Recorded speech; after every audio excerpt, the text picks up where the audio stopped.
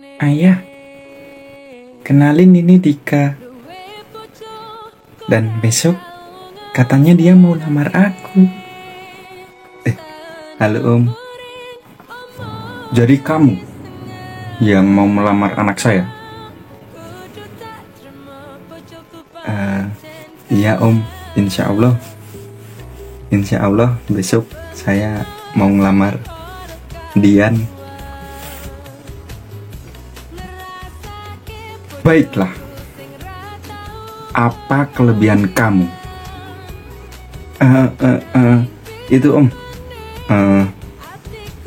saya kalau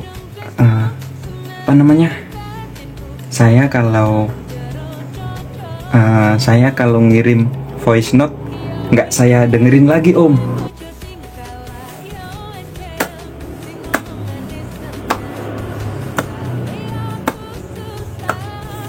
Oke.